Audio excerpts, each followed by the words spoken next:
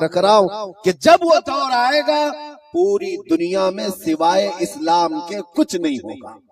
ملت اسلامیہ، السلام علیکم ورحمۃ اللہ وبرکاتہ۔ الحمدللہ وکفا وسلام علی حبیبہ المصطفیٰ، اما بعد فاعوذ باللہ من الشیطان الرجیم، بسم اللہ الرحمن الرحیم۔ وَأَمَّا بِنِعْمَةِ رَبِّكَ فَحَدِّثْ، صدق اللہ مولانا العظیم۔ بارگاہ رسالت مآب صلی اللہ علیہ وسلم میں درود پاک کا ہدیہ پیش کریں۔ اللہم صلی علی سیدنا و مولانا محمد معدن الجود والکرم وآلہ واصحابہ الکرام وابنہ الکریم وبارک وسلم صلاة دائمة سرمدا ابدا۔ وقت کافی زیادہ ہو چکا ہے، بیان کرنے کا وقت نہیں ہے، اب جماعت کا وقت قریب ہو چکا ہے۔ چونکہ میں کافی دور سے آپ کے پاس آیا اور بیچ میں ٹریفک کے مسائل بہت زیادہ تھے، بہرکیف ہمارے حصے میں آج کے دن جتنا بھی وقت یہاں اللہ نے لکھا ہے اتنا ہم گزار کر کے جائیں گے انشاءاللہ۔ بس ایک بات عرض کرنا چاہوں گا کہ آج 15ویں شعبان المعظم ہے، ہماری زندگی کے سالوں میں سے ایک نئے سال کی شروعات ہے۔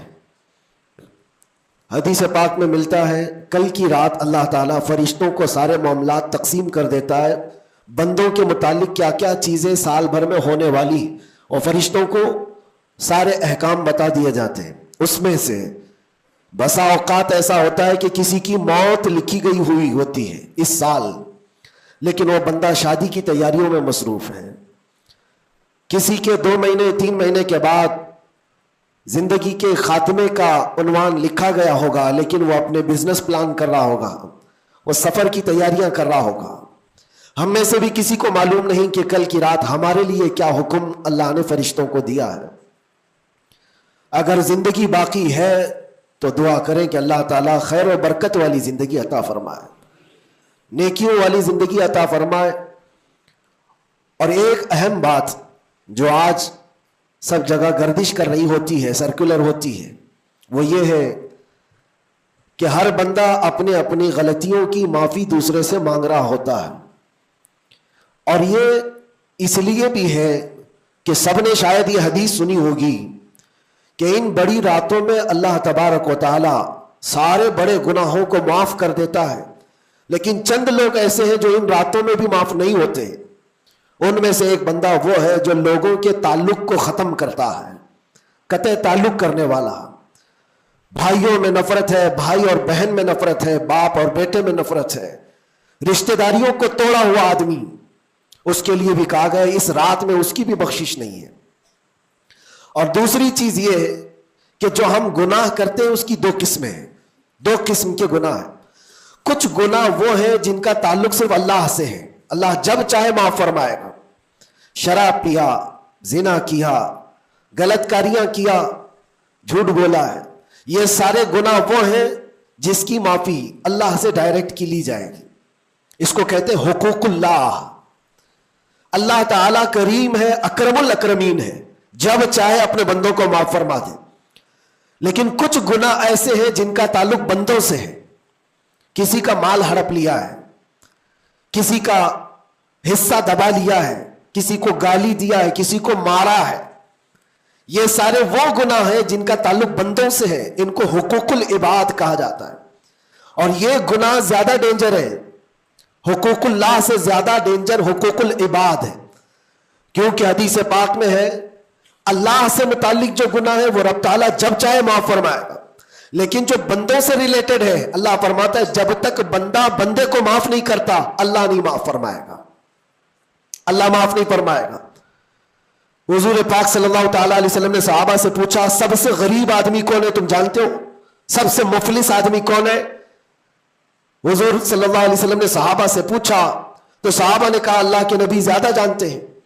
آقا کونین صلی اللہ علیہ وسلم فرماتے ہیں سب سے زیادہ غریب قیامت کے دن وہ نہیں جس کے پاس پیسہ نہیں، مال نہیں، نیکیاں نہیں، وہ نہیں، بلکہ میرے آقا فرماتے ہیں قیامت کے دن ایک بندہ ایسا ہوگا جس کی نمازیں بھی بہت تھی، صدقات و خیرات بھی بہت تھے، حج بھی کیا تھا، زکوٰۃ بھی دیا تھا، عمرے بھی تھے, نفل عبادتیں بھی تھی اس کی, بہت نیکیاں لے کر کے آیا تھا.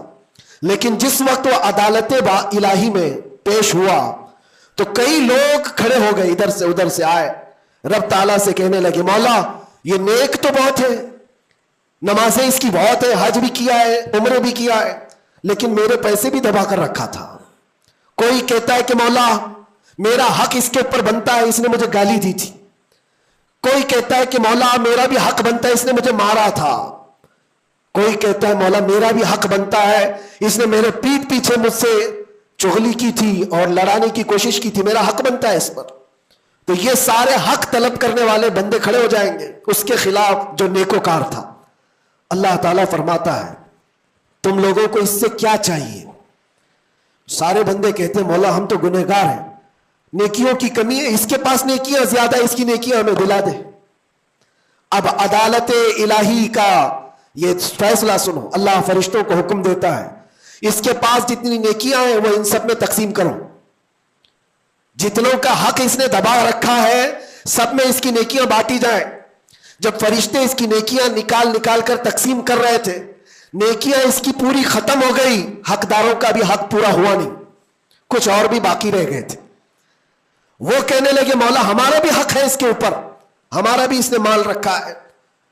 اللہ تعالیٰ فرماتا ہے اب اس کے پاس تو نیکیاں پوری ختم ہو گئی, تم چاہتے کیا ہو؟ وہ گنہگار تھے, وہ کہتے مولا ہم یہ چاہتے کہ ہمارے گناہ اٹھا کر کے اس پر ڈال دیں, ہمارا بوجھ تو کم ہو جائے.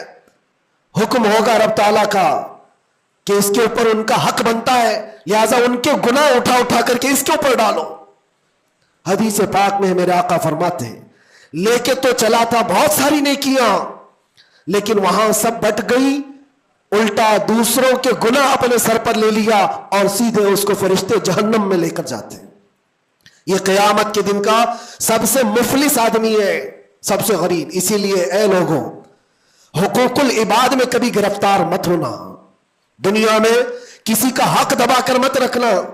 کسی کو اگر تم نے اپنی زبان سے ایذا دیا ہے, تکلیف دی ہے, یا ہاتھ سے دیا ہے, یا کسی بھی طرح سے دیا ہے, تو قیامت کے دن اس کا حق لیا جائے گا, تمہیں اس کا حق دینا پڑے گا.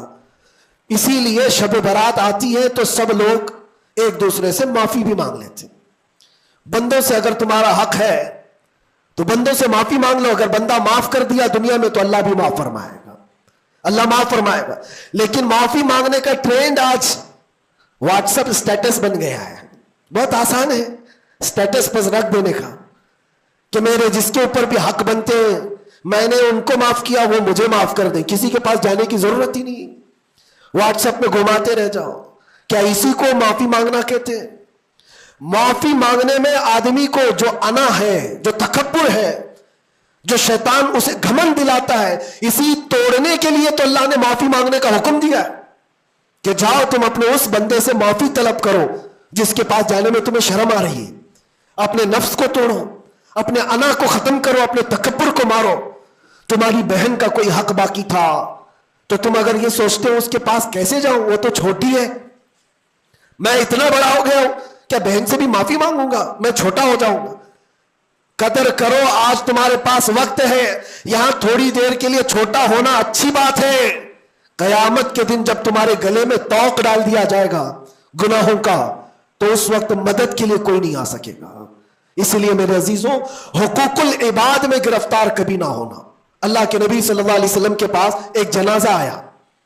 حضور صلی اللہ علیہ وسلم جب جنازہ پڑھاتے تھے تو پہلے پوچھتے تھے اس پر کسی کا حق باقی ہے, کسی کا اس پر کوئی لینا دینا باقی ہے؟ جنازہ صحابی کا ہے.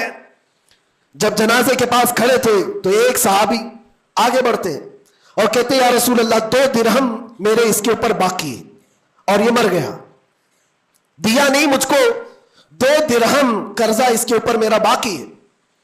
حضور پاک صلی اللہ علیہ وسلم نے کیا فرمایا جانتے؟ صلو علی صاحبکم ولا اصلی علیہ, اے لوگوں تم چاہو تو اس کا جنازہ پڑھ لو, میں نہیں پڑھوں گا. حضور پیچھے ہٹ گئے.